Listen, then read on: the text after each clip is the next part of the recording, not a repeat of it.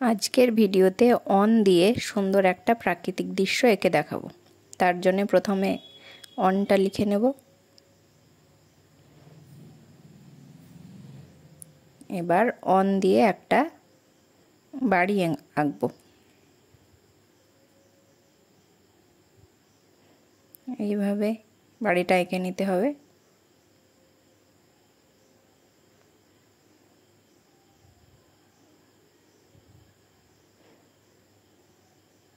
দেখো, অন দিয়ে খুব সহজে একটা বাড়ি এঁকে নিলাম।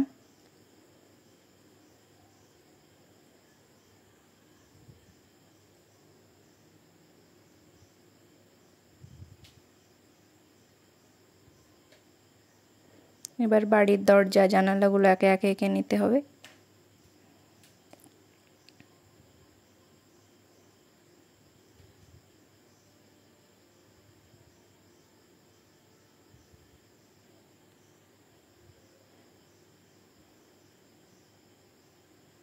এরপর প্রাকৃতিক দৃশ্যটা যাতে সুন্দর হয়ে ওঠে তার জন্য বাড়ির পাশে একটা গাছ ছোট্ট,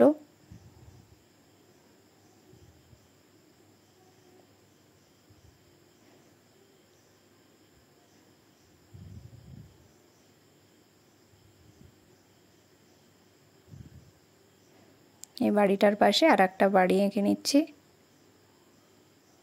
দেখতে যাতে আরো সুন্দর হয়।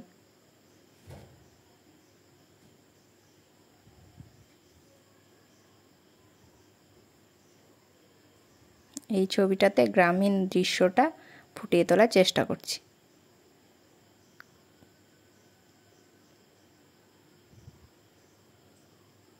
খুব সহজ এবং সুন্দর একটা প্রাকৃতিক দৃশ্য আঁকবো। বাড়ির উপরে একটা কলা গাছ এঁকে নেব। পাতাগুলো আস্তে আস্তে এরকম করে নিচ্ছি।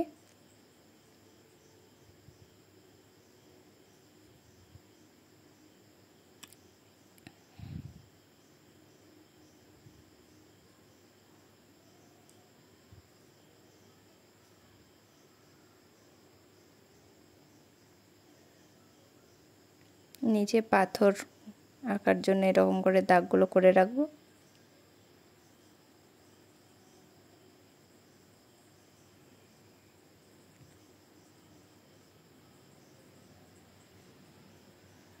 দেখো, প্রাকৃতিক দৃশ্যটা আঁকা কমপ্লিট হয়ে গেছে। এবার একটা কয়েন নিয়ে সূর্যের জন্য এভাবে কয়েনটা বসিয়ে গোল করে নিতে হবে। গোলটা তাহলে খুব সুন্দর হবে।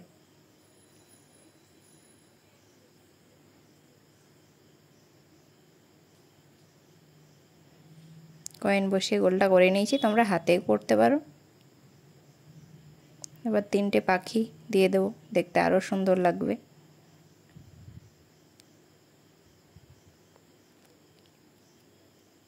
ছবিটা আঁকা কমপ্লিট হয়ে গেছে।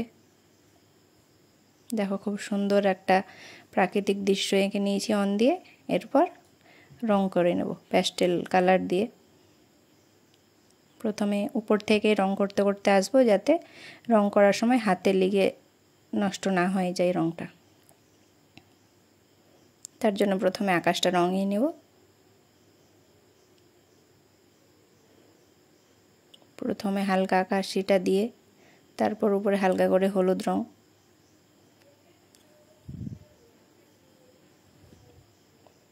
তারপর অরেঞ্জ রংটা উপরে হালকা হালকা করে বুলিয়ে নেব। আবার হালকা আকাশিটা উপরে হালকা করে দিয়ে দেবো। সবগুলো রং এভাবে দিলে আকাশটা দেখতে খুব সুন্দর হবে। এবার যেটা গাঢ় আকাশি আছে সেটা উপরে উপরে দিয়ে দেব।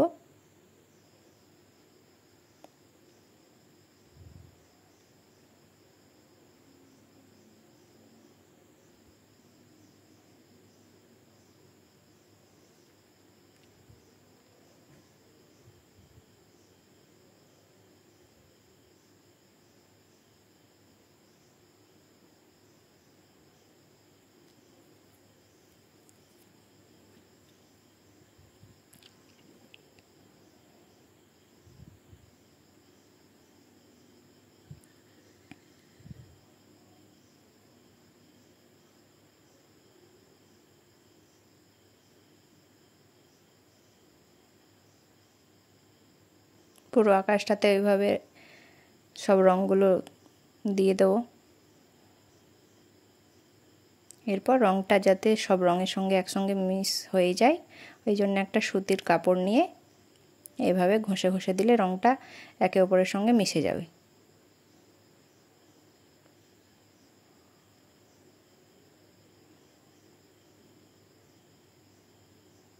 পুরো আকাশটা এভাবে সুতির কাপড়ে বুলিয়ে নেব, তাহলে রঙগুলো সব মিশে যাবে, দেখতে সুন্দর লাগবে আরও।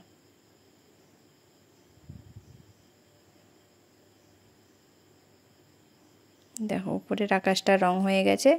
এবার সূর্যটা এভাবে আস্তে আস্তে রং করে নেব। প্রথমে কমলা দিয়ে, তারপর হলুদ দিয়ে, উপরে উপরে এভাবে আবার কমলা দিয়ে সূর্যটা হয়ে যাবে। চারিদিকে হলুদটা দিয়ে দিচ্ছি, তার কারণ দেখে মনে হবে সূর্যের আলোটা চারিদিকে ছড়িয়ে পড়েছে। সূর্যটা রঙানো শেষ। এবার পাখিগুলো কালো রং দিয়ে এভাবে করে নিলেই হবে। আকাশটা পুরো রং করা শেষ হয়ে গেল। এবার গাছটা রঙিয়ে নেব আস্তে আস্তে।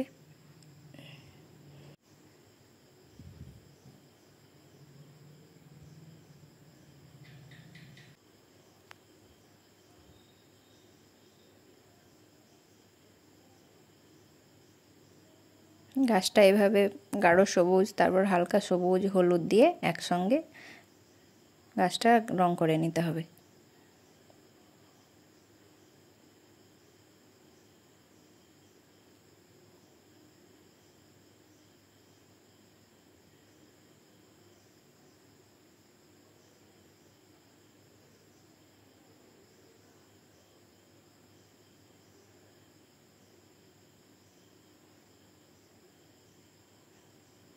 গাছের পাতাগুলো রং হয়ে গেছে। এবার গাছের গুঁড়িটা এভাবে রং করে নেব।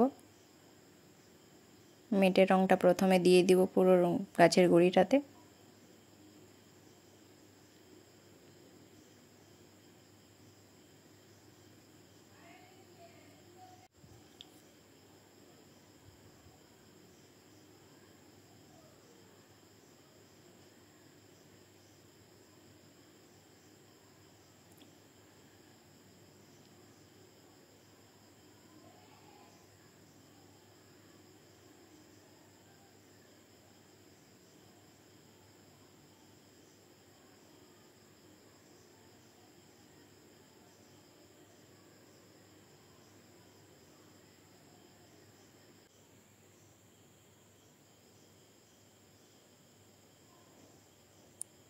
সাইডে সাইডে কালো রংটা দিয়ে দিলে আরও দেখতে ভালো লাগবে এভাবে।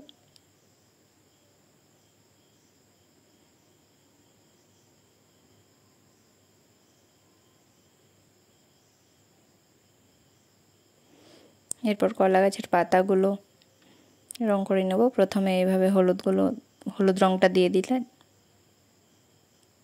তারপর হালকা সবুজটা দিয়ে দেব।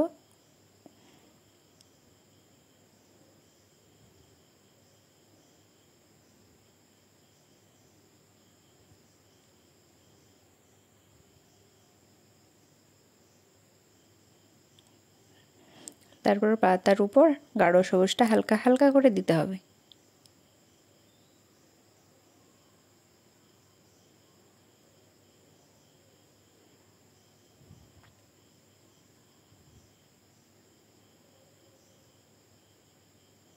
সব পাতাগুলো একইভাবে রং করে নিতে হবে।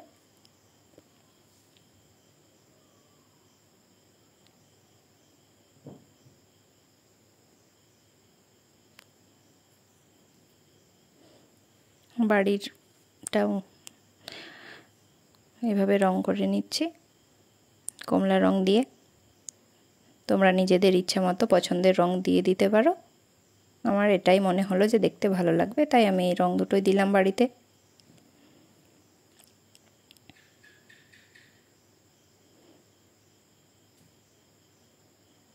এবার শুধু বাড়ি থাকলে তো হবে না, রাস্তাটা করতে হবে, তাই রাস্তাটা এভাবে রং করে নিচ্ছি।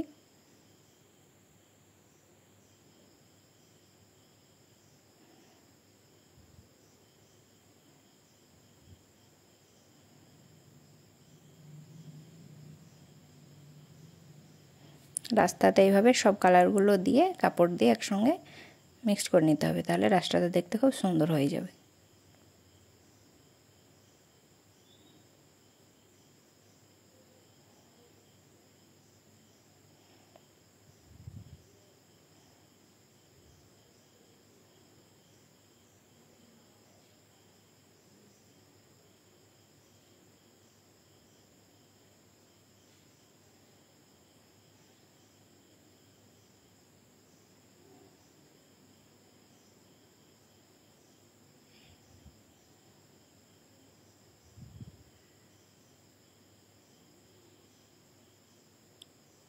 দেখো কাপড় দিয়ে এইভাবে উপরে উপরে মুছে নিলেই রাস্তার রঙটাও সুন্দর লাগছে এবার দেখতে।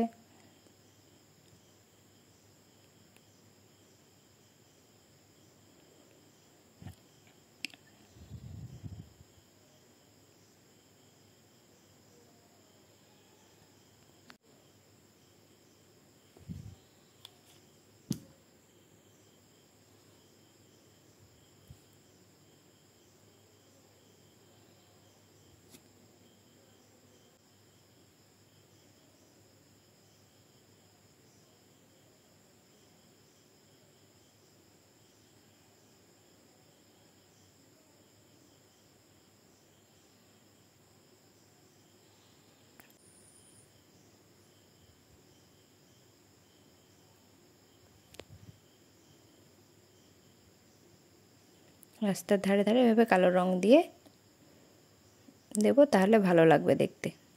রাস্তাটা রং করা কমপ্লিট হয়ে গেছে।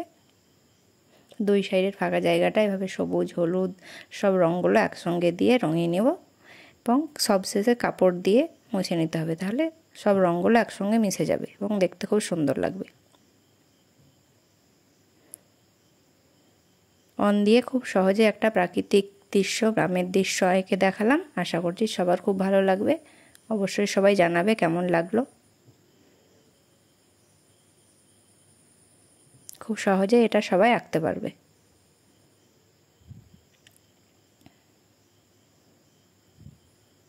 পাথরটা এভাবে রঙিয়ে নেব।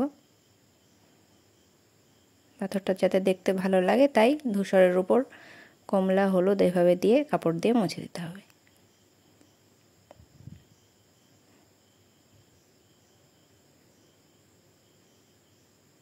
ছবি আঁকা শেষ। ধন্যবাদ ভিডিওটি সবাই দেখার জন্য।